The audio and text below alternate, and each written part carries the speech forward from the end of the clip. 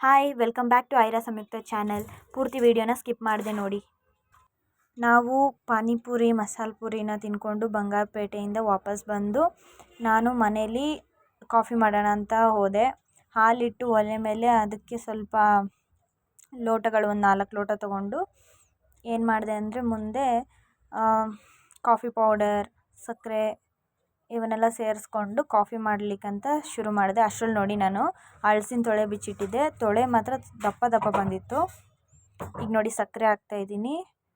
ನಂತರ ಸ್ವಲ್ಪ coffee powder ಹಾಕ್ಕೊಳ್ತಾ ಇದ್ದೀನಿ. ಓಕೆನಾ, ಬ್ರೂ ಕಾಫಿ ಪೌಡರ್ ಹಾಕ್ಕೊಂಡು ಹಾಲು ಕಾದಿರುತ್ತಲ್ವ, ಆ ಹಾಲನ್ನ ಈ ಎರಡು ಮಿಕ್ಸ್ ಮಾಡಿ, ಕಾಫಿ ಪೌಡರು, ಸಕ್ಕರೆ, ಹಾಲು ಎಲ್ಲ ಮಿಕ್ಸ್ ಮಾಡಿ ಕಾಫಿ ರೆಡಿನೇ ಆಗೋಯಿತು. ಅದನ್ನು ಸರ್ವ್ ಮಾಡ್ಕೊಳ್ತಾ ಇದ್ದೀನಿ. ಇಲ್ಲಿ 4 ಲೋಟ